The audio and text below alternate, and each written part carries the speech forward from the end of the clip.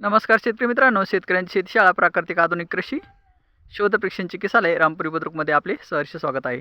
शेतकरी मित्रांनो, आज आपण आहोत बळीराम माकोडे साहेब यांच्या पेरूच्या प्लॉटवर.